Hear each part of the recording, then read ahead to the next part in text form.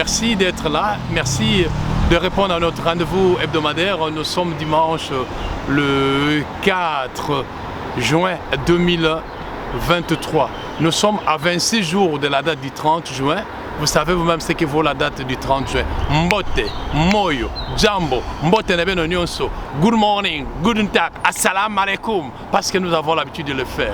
Vous voyez là la beauté derrière moi. C'est le pont de la Poya. Le pont de la Poya, c'est un pont jeté par l'engineering de ces gens qui sont exceptionnels au monde. Ce sont les produits de l'EPFL, l'École Polytechnique Fédérale de Lausanne. En Europe et au monde, nous n'en avons que deux. À Lausanne, EPFL, et à Zurich, EPFLZ. Et les gens qui ont la connaissance en matière de football sauront vous dire qu'en Chine, à l'époque, on a parlé du stade Nid d'oiseau. Les concepteurs de ces nids d'oiseaux furent de Suisse qui nous ont offert cette œuvre, Pont de la Poya. Mais posez-vous la question pourquoi je vais commencer l'émission ce soir ou cet après-midi sur ce pont de la Poya. Mais c'est justement pour renforcer, insister sur le PDL. PDL, c'est le programme de développement local qui engendre le 145 territoires. Baimboka, Nalobanabino Nini, Mabele Mboka Suisse, et Zantana minéré mon côté. Mais tala baba everybody ko sala boko mona nzoka biso tokoyi ko sala yango pe esengeli nde bongo est tourné.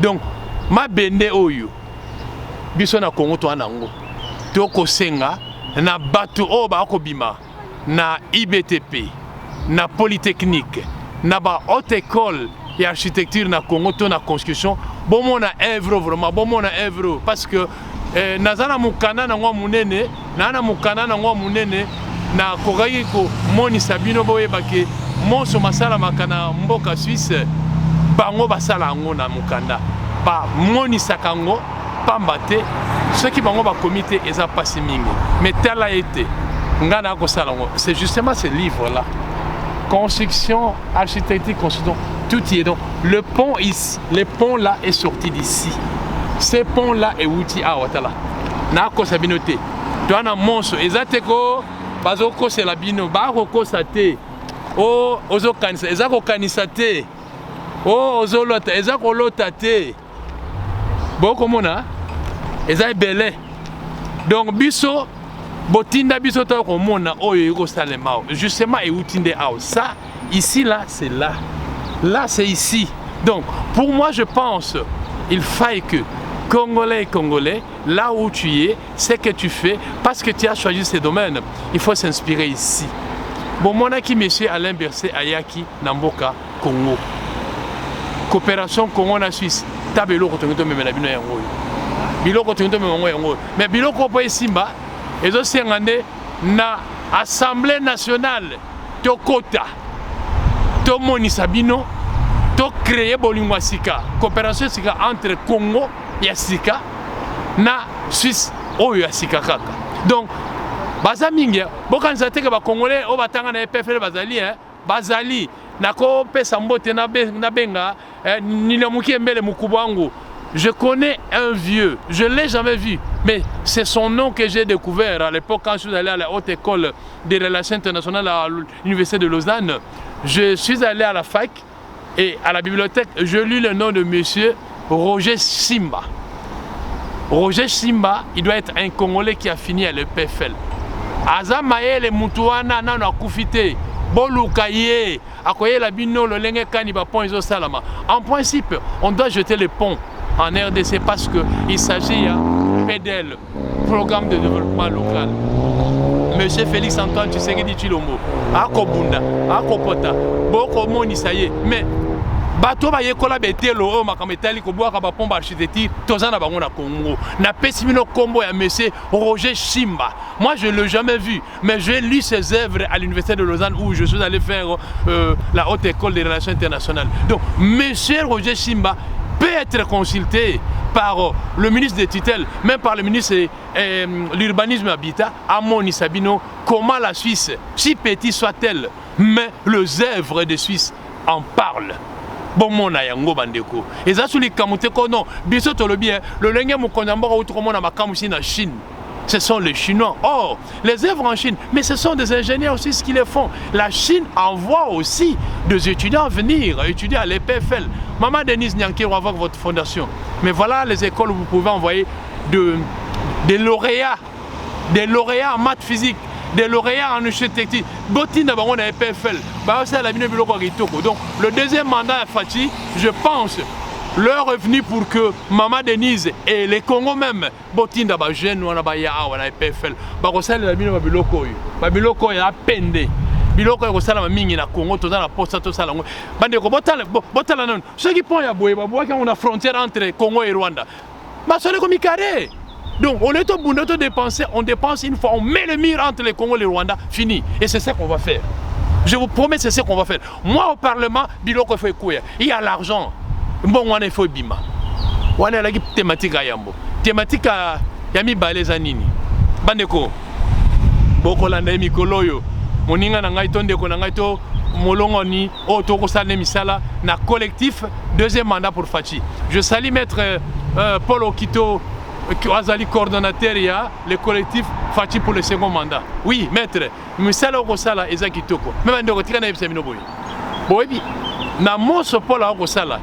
En fait, c'est nous, la diaspora européenne, peut-être même la diaspora congolaise, qui avions compris que non, le chef de l'État, qui est aussi membre de la diaspora, est venu, a été encadré, a été soutenu, a été accompagné. Oui, mais nous avons constaté qu'il faut approfondir, je dis bien, il faut approfondir l'accompagnement, l'encadrement, et même le fait que le chef de l'État devait faire plus. Mais peut-être que les gens n'étaient pas nombreux. Maintenant là, nous avions dit, le deuxième mandat doit coïncider avec les collectifs pour un second mandat avec Félix Antoine Tshisekedi Tshilombo.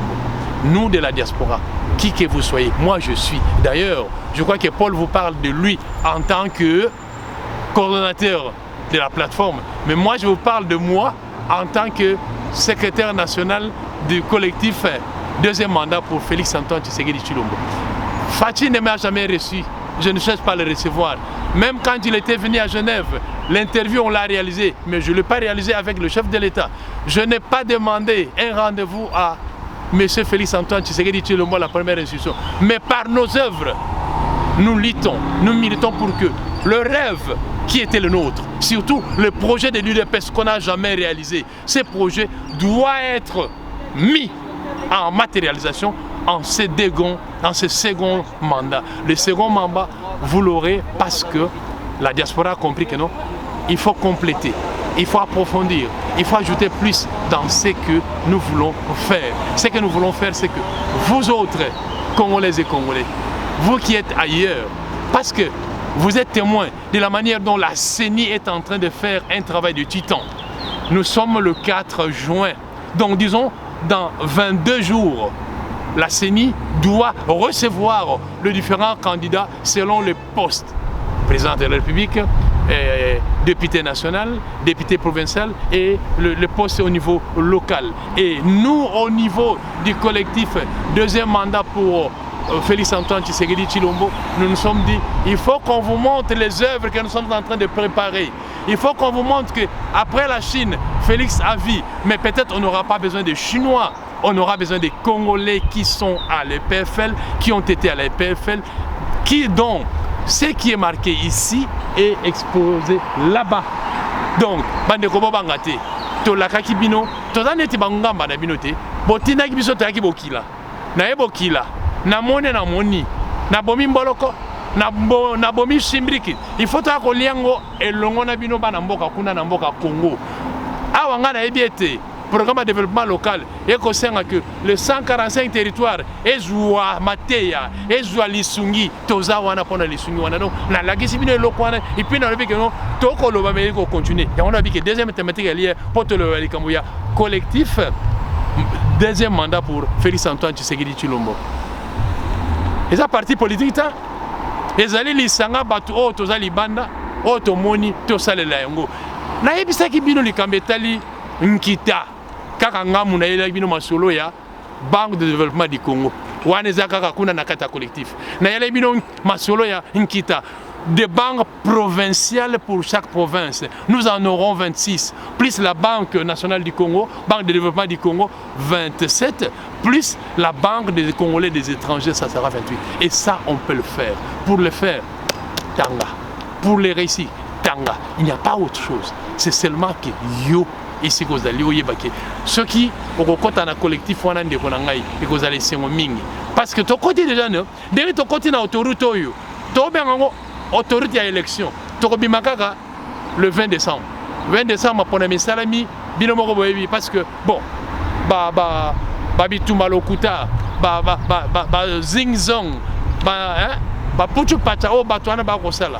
Et kobangi sa bisote. Mais au moins, vous savez que non, Félix Antoine Tshisekedi Tshilombo, le chef de l'État, qui est aussi membre de la diaspora, il vient de faire avec vous 5 années, mais vous avez cru que les confrères, les consoeurs, les amis, ou même les délégués ou les envoyés, ou les proches de Félix qui ont travaillé avec lui pendant les premiers 5 ans, c'était comme si c'est fini.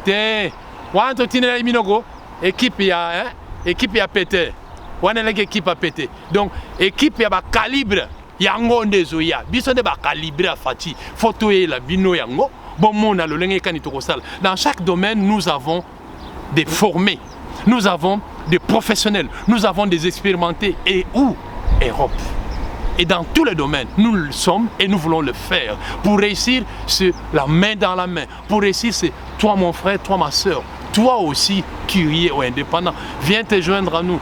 Cela ne veut pas dire que non, parce que je suis de l'opposition. Non. Ce que nous voulons faire, c'est pour un nouveau Congo. Ce que nous voulons faire, c'est les Congos dont le Mumba a rêvé. Les Congos dont le projet, par exemple, de l'UDPS n'a jamais été réalisé. L'UDPS a un projet de société. C'est maintenant qu'il faut le faire. Raison pour laquelle ce que Félix a fait doit être accompagné et soutenu. Alors, c'est ce que nous faisons. Bien aimés, si nous nous mettons tous d'accord à ce niveau-là, laissez-moi vous dire une chose, que l'union fait la force. Mais cette force, c'est aussi vous, c'est aussi nous, c'est aussi monsieur, madame, tout le monde qui se veut être congolais, qui a eu le temps de s'enrôler, qui a décidé s'il a le moyen de solliciter la candidature auprès du peuple et qui sait que au moment venu, en respectant les étapes prévues par la CENI, nous irons mollo mollo aux élections sans bagarre et le Congo aura respecté la Constitution parce que l'article 70, 5 ans, une fois renouvelable. Mais il est en ordre. Il est en ordre, bien aimé. Donc, 5 ans, une fois renouvelable, c'est que Félix Antoine Tshisekedi fera ses 5 ans le 20 décembre 2023 et il va renouveler pour un second mandat. Mais nous, déjà, nous sommes après Félix en 2028. Donc, ce que nous vous montrons là, c'est pour 2028. Mais on va entrer en danse 2024 et nous irons mollo mollo. Encore une fois, Maître Paul Okito, merci et continuez. D'ici là, nous allons nous retrouver pour des conférences. Vous autres de la diaspora, vous qui pensez que c'était seulement au niveau de la conception. Non, nos idées sont maintenant sur le terrain. Où que vous soyez, vous aurez à nous suivre. Et déjà, vous pouvez suivre Paul Okito, l'avocat, qui est le coordinateur de cette plateforme à travers les différentes interventions au Congo, chez nous, peu importe, hein, mais dans l'espèce, vous savez que Paul est toujours là et nous allons continuer à animer nos espèces pour revenir toujours à ces différents projets pour le succès de ce PDL, Programme de développement local, où nous avons le 145 territoires. Bien aimés, n'ayez pas peur, n'ayez pas peur. Il n'y aura pas de guerre, il n'y aura pas d'empêchement, il n'y aura pas de stop, mais le programme tel prévu va aller mollo mollo, crescendo, jusqu'à ce que nous ayons le deuxième tour des élections. Voilà ce que je prévis pour cette deuxième thématique. Troisième thématique, mais bien aimé, vous voulez que je vous dise quoi? Le chef de l'État, après la Chine, il est arrivé à Kinshasa, il n'a pas dormi, bon, enfin, c'était pas un repos pour lui, mais au moins, il a travaillé. Qu'est-ce qu'il a travaillé? Il a travaillé en recevant les officiels qui l'attendaient. Primo, il a reçu le député belge qui sont allés l'entendre exposer les raisons de leur visite au Congo. Secundo, il a reçu le procureur général de la Cour pénale internationale, M. Khan, on l'a réussi. Et le chef de l'État, il a arrêté là pour se rendre au 10e sommet à Luanda où on doit réunir la communauté internationale des pays des Grands Lacs. Il doit réunir l'Union africaine, qui doit réunir l'Organisation des Nations Unies, l'ONU, il doit réunir SADC, l'EAC, CAC. Donc bref, c'est vraiment un travail qui se poursuit. Ça se poursuit parce que, mais peut-être sur la dimension de notre pays. Peut-être parce que le Congo a été en profondeur. Ce n'est pas une question de profondeur, mais c'est une question de la géostratégie. Le Congo que nous voyons, c'est un Congo qui a une dimension petit univers, une dimension continentale. Vous êtes témoin, non? L'ONU est dedans, l'Union africaine est dedans, les organisations régionales sont dedans. CPGL, SADC, CAC, AEC, Ponanini, Bandeko. Ata oza motema malamu neti oya biso ba congolais. Motema malamu pe ekomaka na limite. Boyebili sola Yesu abetaka bato fimbo na ndako ya papa na ye. Yesu pe motema malamu no. Donc biso poto beta bato na fimbo foto komati na suka. To komi na suka tala ete EAC wana zalaki bangoto bobo moko bayaki balakisi biso bilongi na bango nzoka balaki ba nguma balata loposo ya nyoka. Mokonzi mboka alobi bozo silana tozo silana bango. Donc depuis Masola Luanda Tokiki non c'est déjà bon. EAC wana ko uta déjà les 15 bata sadek babandoko ya EAC wana ata ba uta ko renouveler mandat na bango na Bujumbura là na sommet na bango Bujumbura mais du 15 juin au 30 septembre, Burundi, Rwanda, et non, Burundi, Ouganda, et Kenya, Tanzania, Sud-Soudan, les 5 pays-là, Tambola, Kangabisaka, basta. Parce que nous avions voulu aller lentement et sûrement, avec bonté, avec Ubuntu, avec africanité, mais apparemment, nous nous sommes fait avoir, apparemment, non, notre grandeur n'a pas suffi pour que les autres comprennent. Bon, en fait, ils resteront nos voisins naturels, nous resterons tous dans l'AEC, mais il y a un élément peut-être que les autres ne savent pas ou n'ont pas compris. L'Assemblée nationale ou le Parlement congolais n'a pas encore validé notre entrée à l'AEC. Donc, ce qui a bien, ce qui a commis la députation nationale, mololo na koya nango tokolonga na AEC. Tolonga ko donc ba député ba poni ke tolonga na biso pe ba ko na biso nulle part. Mais pour le moment, tozo ke na bango malembe tokolonga. Donc la thématique o ezali ke mokonzi mboka uti ko kende na Luanda ezate ke ndenge mboko loba ah papa vraiment ba kate nzolo ko mpepo. Eza nzolo ko mpepo te. Mais mokonzi mboka ako kende biseka ko kende pamba te ezo senga zala wana. Et mais après tout, est-ce que na Luanda ba yeba ke avion sika Congo comme nango Simon Kimbangu azoko bango la bango donc ngonga moko boye fati alakisi bango ke mikolo na komana Kimbangu na bango la bino mais makambo na yeli photo traitango malembe na bosolo pe na bokebi iso bana mboka Congo eza biso mais bato oyo basangana ka po ba bomela biso Congo baza ebele mais tokotaka quatrième thématique. Donc thématique a mine eza nini? Bolani li solo balobi ko bakangi bras droit to agent payeur to candidat à députation nationale ou qui d'autre que bakangi na demiad na njili pambate non bandeko toke malembe hein ngai bambula nkama na silisi na tangia bambula nkama na vandawa na koma jamais Suisse.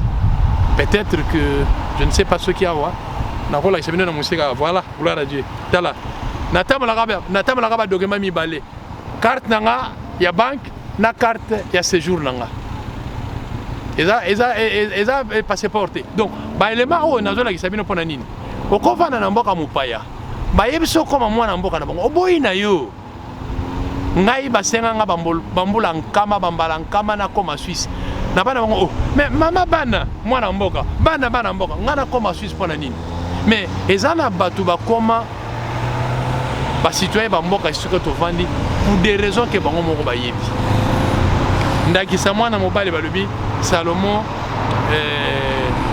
Kalonda Escadela na ba information to zana ngo selon ba source na besoin de miade ndeko mobali wana akoma belge mais à Sala Kerer Moko accueilli comme ça l'enrôlement en tant que Congolais. Et pourtant, parmi les 5 pays où il y a ce qu'on appelle les pays tests, la Belgique, le Canada, l'Afrique du Sud, les États-Unis et quoi encore, la France. Les Congolais vont s'enrôler. Mais les Congolais vont s'enrôler et les Congolais vont changer de nationalité. Alors, quand mina moninga na yeso quand mina bradro na ye ba moni biso ba Congolais bangoto bobo ba moni biso ba Congolais bazoba basali buzoba bakobi na kope na bangwana. Mais sikoyo mabezo utapi bande ko ezanga ite nasir na document to salaki dernièrement te révélé les commettants qui marche il y a opposition marche on est salamaka bilili mlaki sibino kino ezana batu la bien ezana batu oyo babana ko sala marche pacifique na mwana na munduki parmi batu wana to bendi bilili ba monike mwana mobile parmi batu na ki monsieur Kalonda yango siko ba bengela ki papa ko kende Lubumbashi te zonga total nan munduki oyo memaka nana peso ordre munduki ko est-ce que ça enregistré alors nyoso wana mais tozana état de droit non yo e marche pacifique na munduki c'est ko kanaki yo oza belge pour ça l'enrôlement na Congo donc yo mutu ozotonga c'est ni que mais c'est cas d'image échoué donc ndoki munene ya Congo kaka congolais moko ko botami na kindu eza pas na bino ko changer de nationalité mais le nouveau Congo est facilité par la diaspora banda kozwa visa d'entrée gratuitement à l'aéroport ou bien ailleurs est-ce que basali mabe papa wemba lobanini bosengi ngai vera mai na pesibino na pesimabé a pesibino nini enrôlement test par le visa vous pouvez l'avoir facilement alors pourquoi vous voulez pas faire bon bref vous comprenez que commentaire bangi basala na arrestation ya Bradwa ya Katumbi tes commentaires déplacés bandeko bon boy na bisoté bisoto ko pendant ça comment les choses sont en train de se fabriquer côté na bango mais sont en train de s'organiser à niveau ya Mboka Congo parce que le Congo doit réussir son pari. Le Congo doit réussir. Félix veut réussir le pari en respectant les délais constitutionnels en amenant les Congolais na maponami potolonga. Bino bato opposition mais bazo pesa bino chance na monzo boko raté papa. IDPS 37 ans ya marche. Que là c'est ya opposition et pesa un diplôme no quitté hein. IDPS a un diplôme no quitté 37 ans. Combien de mandats? Donc bino pesa bonimo sala opposition boye ko la malé mais botika ko induire peuple en erreur. D'ailleurs peuple en wakoli. Chers compatriotes du Congo tout comme d'ailleurs, c'est votre choix. Nous sommes en démocratie. C'est le multipartisme, c'est le multi-choix. C'est à vous de choisir. Mais parce que vous êtes Congolais sans avoir demandé, et parce que vous voulez que les Congos marchent, en tout cas, je ne vous maudis pas, je n'ai pas le pouvoir de vous maudire, mais je vous propose une entrée. La fois passée, dans le Bain Nabino, les gens ont choisi le bon côté de l'histoire. Bongo yo papa nangai, yo ndeko nangai. Nete a GoPro, ça pour un côté il y a histoire. Ngapé c'est na kota, c'est na pour un côté ya bon, c'est na pour le bon côté de l'histoire. Bandeko nangai bino pe bo pour na côté wana. Côté ezali côté à masolo, côté à maponami, côté à botosi, côté à monsala. Oui, et ça ba everyman. Batoko sana bango nyonso.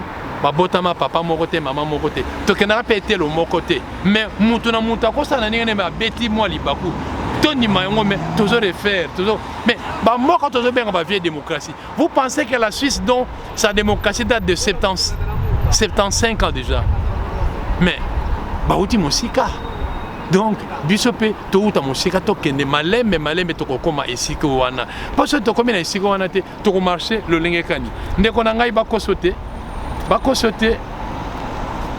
Voilà.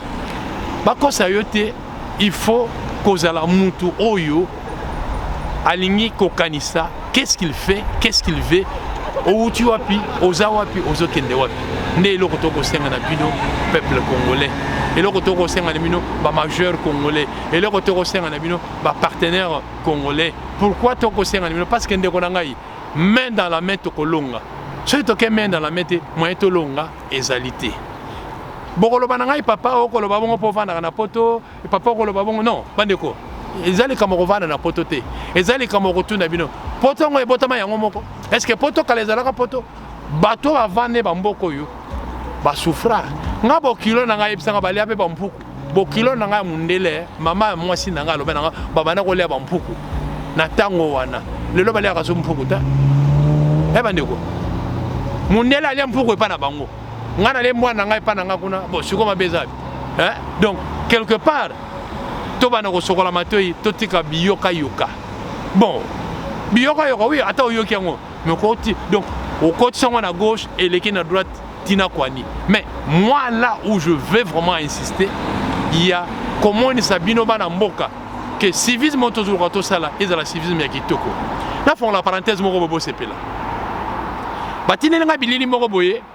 Na koloba koma école en mezali na est joka na Kindu soki na Kindu na Goma molakisi asali théâtre na ye abi théâtre ko sala ali emplacement ya République démocratique du Congo na kati Afrique donc moi na moko azui kombo ya mboka moko boy na bana wana moko alobi ya Angola muso alobi ngana za Congo Brazzaville muso alobi Centrafrique au Zambie au Nord Soudan au Rwanda au Burundi au Uganda bon bref muso alobi ngai moko siko Congo RDC molakisa tuni bango boyebi nani moninga ya Congo to nana yinaka Congo baninga ya Congo biso yeyo bato bayinga ya Congo Rwanda na Uganda batuni Congo atuni bango mais bino Rwanda na Uganda pona ni bolinga ngai te wato linga kayote parce que biso ta babola biso ta boye bon OK mais ndeko tala mateya ya sika na bien tala mateya ya sika comment ni sabana et que ndenge nzambe apesa biso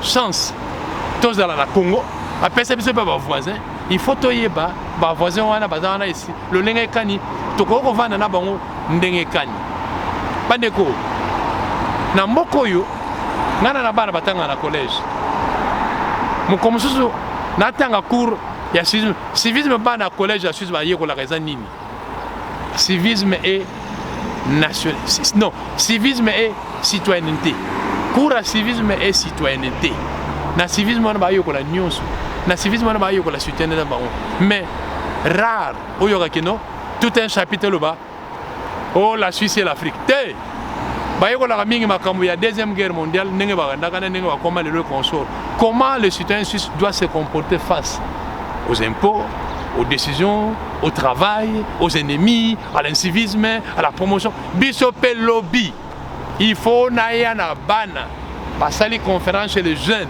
batei bango balakisi bango secret omoni biso kuna tovanda ezalaka boye omoni biso kuna tosokola ba etelo na biso omoni biso kuna tango ko sokola etelo l'état faut futa yo l'état zo futa ngazali école na ngai ndeko na ngai tolobaki to aki bokila to akoyekola tomoni il faut ta ko kabolango elongo na bino bandeko bokoluka mokonza mboka la kisabino nini comment on appelle bilan na yi oh mais ndeko bilan liboso za yo mutu donc bato ba kutuna fati bilan liboso na bino ezali yo soko zali ya kokufa c'est que bilan ya fati eza kokufa mais ceux qui ont courage ya kosenga biso bilan yeba que étape par étape au comprendre le lenge kani Félix a salé que les 2 premières années na bato ba ko bete puchu pacha mais les 36 mois qui ont suivi mais bon comment on bino moko ndeko na ngai bon comment on bino moko pambate ce qui Félix a c'est le ça qui faire ce qui mitika yaka oh non na benga yemei oh non tu verras oh non en tout cas moi je sais que comme vous bon moi que Félix Antoine Tshisekedi azali des gens kola après ça Congo na maboka nzambe lokola yo nanga to chaka mabolongo na se lokola yo nanga to na confiance on nzamba pesa biso bandeko to sunga mwana mboko yo to sunga ye maleme nenga okenda programme na ye programme wana ko sila lelo te il faut elonga. Pour esimba, il faut yo, ngai, ye, bino nyonso, to biso bonso, to sangisa maboko, to kende elongo. Bandeko, na yo ki le kamoko ba koloba, oh non, pays Union européenne, ba sangani, ba commune commun, bon, ba le bibe mabete. D'ailleurs, ce que vous tournez, Natango, tout ça qui m'a poney en 2018, Batouna qui opposition, qui avait soutenu Martin Fayoul. Secrétaire général, il a décidé de partir à Martin Fayoul à Baguinin, c'est l'Europe. Ce sont les mêmes Européens qui vont soutenir aussi les Congo. Mais Bango Balingi, tout ça là, n'est pas Balingi. Parce que ça n'est pas droit national, c'est une souveraineté nationale. Donc on peut lire, on peut entendre, mais c'est à nous de décider. Bah, déjà, mon ami, ils allaient décider souverain primaire. C'est toi, Congolais. C'est toi, Congolais, Moutou, Orolobageno, faut que ma mon ami. Bien aimé, je vais encore revenir sur une chose. Ma mon ami, ils allaient, dictature, non, démocratie de l'Angolba, la dictature de la majorité. C'est-à-dire quoi? Ceux qui, bah, Congolais vont voter. C'est le taux de participation. Et taux de participation, ah, talaka ba bêtise à Kalonda, talaka ba bêtise à Katum. Naoki kutokuna, naoki suzuki no, wandani, gouverneur, wandani kamata jambo. Naoki gouverneur à Katanga lobby, Katumi koninga na te kokendete, Katumi alinga kene soki azonga na Zambie, bakangele nzela. Papa, yo futur candidat. Au salut no mabete. Ungo kene so Zambie. Bon, ça, on rencontre la famille. Bon, ça, on par vidéoconférence. Donc, M. Katumbi et les autres doivent rester sur le territoire national. Vous avez des urgences, vous pouvez faire ça par vidéoconférence. Dieu merci. M. Martin Fayoul Azate, M. Martin Fayoul Azate aux États-Unis. Mais c'est pas ça que Katumbi qui a koto ma bébé linga. Et ont la bateau na pona nini ndeko na ngai. Bateau ba komona wana, ba candidat wana. Basolagana Mwanga Chuchu, Basolagana Kagame, Basolagana tous les ennemis à Congo, Basolagana Bango. Alors, Tolobanini, tout ça n'a pas ça dans le temps. Beaucoup sola, mais beaucoup ça n'a été que tout comme à niveau haute technologie. Nyoso obo solo laka, Nyoso obo solo laka, je dis bien, na bayini à Congo, Demiad, azana informaticien, Aner. Azana informaticien, biso pe libanda to kabola kana bino le lenga kani mamboka to vandi contrôle les salles magande onangai. Fais gaffe ou bien faites gaffe parce que tu n'es pas congolais pour vendre ton pays. Tu n'es pas congolais pour toucher les miettes de Kagame afin que bandeko bakufaka. Oh. Et bwana Kalonda. Ni huruma sana bwana. Banduka kwa na kufa. Wewe unatemea na ababalozi. Ni kweli ile. En tout cas, Bandeko, Mawa. Mais Nabiboui, Kalonda n'est pas seul. Nous connaissons Kalonda par Katumbi. Mais Katumbi n'a pas que Kalonda. Katumbi a Mukebai, Katumbi a Safou, Katumbi a Kamitatu, Katumbi a presque tous ces gens qui sont là. Vous savez quoi? Association. Est-ce que les associations sont malfaiteurs pour éviter? Mais Tolobi, les Susuke, justice, Salam ou Salanayo. Parce que Congo pour les lever, il faut justice à Malam. Bokolobo, non, menace, oh, haine, tout ça qu'on a été. À chacun son travail. Je dis bien à chacun son travail. Vous juges, vous magistrats et magistrates, vous avez fait 5 ou 7 ans dans nos universités. Ce n'est pas pour recevoir n'importe quelle miette. D'ailleurs, maintenant, c'est une concurrence. Nous sommes allés aux études pour faire quoi? Pour rendre service à qui? À l'État. L'État s'appelle la République démocratique du Congo. Donc, soyez compétents, soyez prêts à ce que le service rendu soit un meilleur service, impeccable. Que devrais-je dire encore? L'élément important, c'est justement les examens pour les finalistes de l'école primaire. J'ai appris qu'à Rutshuru, il n'y a pas eu où on a déplacé consommer. Mais nous sommes témoins tous, bien aimés, que l'ennemi ne veut pas que la génération future soit formée. Dieu merci, les autorités provinciales ont jugé bon, ont jugé utile pour que ces élèves aillent faire leurs tests finaux ailleurs. Bonne chance aux jeunes qui doivent finir l'école primaire pour entrer au secondaire, ainsi de suite pour ceux qui doivent présenter les examens des cycles secondaires afin qu'ils obtiennent le bac et que demain vous soyez aux universités. J'en profite encore pour vous dire que non, jeunes bacheliers, vous savez, il y a la fondation Denis Nyankeri Tshisekedi qui octroie des bourses aux lauréats et lauréates. Alors, prions le bon Dieu pour que vous soyez parmi ce futur lauréat et lauréate de 2023. On vous attend. Là, l'écran du derrière, l'arrière-plan, on vous montre le pont de la Poya. C'est un homme qui a fait ça. C'est un jeune. Peut-être demain, c'est vous qui allez faire ça pour les Congo. Faites ça. C'est tout à fait normal. Parce que si vous ne le faites pas, qui va le faire? Moi, je vous donne cette chance de vous donner corps et âme afin que demain, que votre nom soit repris parmi les lauréates et les lauréats de Maman Denise Nyankeri Tshisekedi. Il y a aussi le ministère de l'Éducation nationale où nous avons enseignement supérieur universitaire et enseignement primaire et secondaire et professionnel. Le ministère wana ezali pona lobby Congo azala na futur cadre. C'est à vous, chers jeunes. C'est à vous, chers écoliers, c'est à vous, chers étudiants, de saisir l'occasion pour que vous soyez parmi les bénéficiaires de ces enveloppes que l'État, que la Fondation Denis Nyankeri met à votre disposition. Le dernier élément, c'est quoi? Mais beaucoup de gens bolingina loba, atona loba te, fona loba ngo, beaucoup de gens misala ndenge ko tambola. Nabi beaucoup de gens misala ndenge ko tambola. Babi nanga kalamingi te mama ye mo il faut y mata. Babi nanga kalamingi te ba jeu à francophonie il faut salama. Babi nanga kalamingi te ozomona presque dans les provinces, ba école primaire aux arts tapé, ba ozongi songo pe ba kolo nango. Ah, tolo banini. Tolo baki, mon salaire ko salama, bato ba ko sala, mon salaire pourquoi? Parce que c'est leur travail. Pourquoi? Parce que c'est leur droit de faire ça. Parce que s'ils ne le font pas, en tout cas, personne d'autre ne fera leur place. Mais au moins, eux savent le faire. Au moins, eux peuvent le faire parce que c'est aussi un pays de droits et libertés des citoyens. Vous êtes citoyen congolais? Bravo. Vous êtes citoyen congolais? Bravo. Mais l'union fait la force.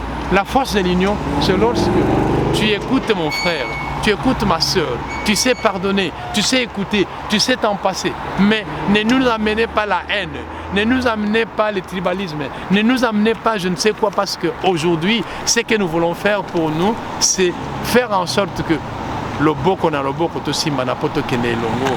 Ce que nous voulons, c'est que yo au salimbeba, senga bolimi se bande ko na yo au salé loko, oh muta sepel na mote, loba na ndeko na yebakite ndeko. Na yebakite, na tape mutu, na koko ya na mbeba. Pandeko nasir bomoni ta ekiti, ngongo ekoki parce que balobaka moke zanda mbote. Moke on alaki nango lelo na pesa bino nde yangwana. En tout cas, na tomeli bino yenga elamu, boye ba ete misala nyo to salaka. Ceux qui misapi ya gros pro de simbité, moyen biso to longa ezate.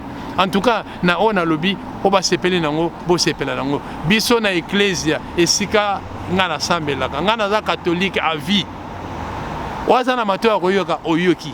Waza na motema kosimba simba yango. Kabola nsango oyo epai ya baninga na yo. Soko kei na YouTube, beta kaka Télé Express Hebdo. Tala yoka me kobomba te poza bilie te olia auto nsalibumu. Kabolonga na baninga kino awa masula ki tokonde elali. Toko kende étape par étape pour tout le monde sa congolaise na congolais que non l'heure est venue pour que nous arrivions au bout. En tout cas, je crois avoir tout dit et que nous sommes arrivés à la fin. Merci. On vous fixe rendez-vous demain ou après-demain et que par la suite nous serons en mesure de marcher tous ensemble, la main dans la main. Ndeko na ngai, ndeko na ngai, ndeko na ngai, na bengo mbala misatu, bakosa yote, bato wana, bakoma soki le quattro, bato wana, bakoma soki le quattro, bakala mingi te, de miada kolakisa bino, basolaka na nani, bakendeke pa nani, nana tindaka bango. Na yoki déjà que Kalonda lobi vérité. Et ndeko na ngai, libérez-vous. La vérité blesse, mais la vérité libère. Ngana yepsi bino vérité na ngai, na semola, na semboli. Papa, bon, vérité, nous ressentons. Bon, voilà. D'ici là, nous devons nous retrouver les uns les autres dans nos rendez-vous habituels. En tout cas, restez toujours branchés na Télé-Express et Hebdo. Pambate kunande bokoyeba nini tolobi nini tokoloba. Tocha mabolongo na se pona mokonza mboka. Tosambela pona bayine na biso. Topesaka Congo e pa ya nkolo. Nkolo asenga yo te po akela yo. Nkolo asenga ngai te po bakela yo. Nkolo alinga biso akela biso po totikela bileko na bileko seko pona Congo. Bisika bozali esika bien de awa.